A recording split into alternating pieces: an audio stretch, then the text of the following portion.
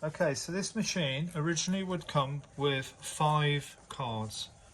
Now that sounds quite limiting, but I think in theory you would do some of your own designs. But these 5 cards have all got various things that they can do. So they don't only do a most people refer to as punch cards when they're doing fair oil, which have the floats at the back. But don't forget, these cards can be used for various things. So if you look at these 5 cards here, which you can see in the book, I've got them in my hand, but if you look at the table in the book, you can make out that, so cards 1 to 5, and it's telling you what, say, card 1 is capable of doing. And it's capable of doing all those things there. So A to E. Now A to E is a fair oil knit, a slip stitch pattern, tuck stitch pattern, and a punch lace and a weaving. Now most knitters tend to be into the fair oil, so I'm really just going to demonstrate the fair oil with the second colour with a contrast colour so you can see what the effect is. And as you can see, the next card, number 2, isn't for fair oil. It's mainly for C and E, which is a tuck stitch pattern.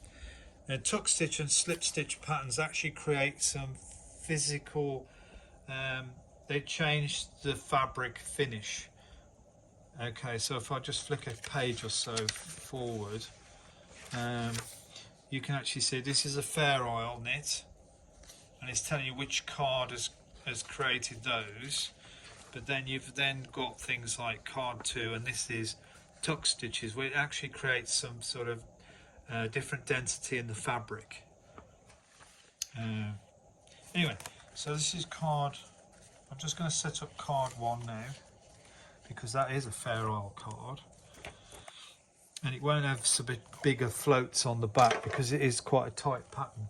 So just showing you this, the punch card machine.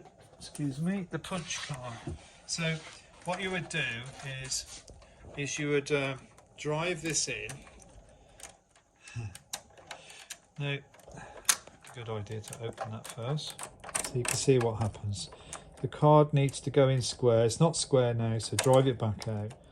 Get it to go in square. Right, hang on. No. Now it's going in square. Right, and set it up at position 1 and hold it there. Now when you hold the pattern, this other lever is when it only advances the card every other row. So you have it on the back normally to do every row. And as you can see, the levers have actually set themselves to trigger the memory wheels here. Now you have to have traversed twice across to actually have created the memory to have locked in the pattern. So let me just check with my settings to make sure I've got ready to go. I need to make sure I'm punch card lever set to the out. Okay, that's correct. And no. Okay. So what we're going to do is we're going to go across the. We're not going to do patterning for the first 2 rows, because we need the memory wheels to pick up the first 2 rows. So we're going to let that go. So that, okay, with the carriage on the left and your cards loaded ready to go on position 1, we can now release that, because then when we pass over it this time, the other wheel will pick up the information. So now we're ready to start patterning. So we put our second colour in. And we just hook it onto the G-clamp, and we make sure, let me just check if they're on. Triangle is thick, that's correct, triangle, and we need to move that into fair oil. That's in the right place, that's in the right place.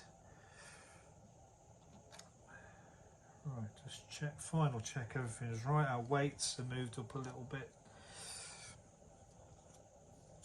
And then the dog's head's out of the way. Right, so let's just And we're ready to go. Second colour's in. Yarn breaks are about right. As we can see, the colour's been brought in. So that's what we tend to do now, is bring out the last needle, okay, as we're about to come over. So last needle, bring it over.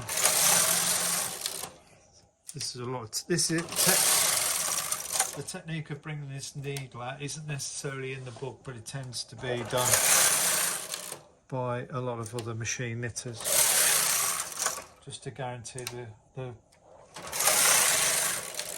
the yarn is of the correct side of the needle.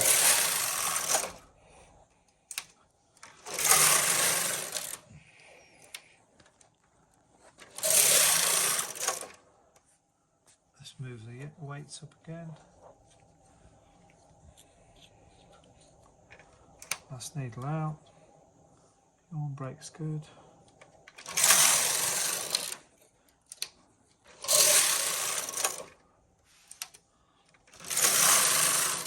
Now, although this punch card is for Fair Isle, it can actually be used for doing other types of stitch techniques, such as tuck and slip stitch. Refer to the book, it shows you that. And the floats on the back are not bad. So you could, this garment would be quite good for somebody who's a little bit less careful about pulling their machine, their jumper on, or the cardigan on. Isn't that just great? Proper Christmas colours there. And there you go, that's Fair Isle.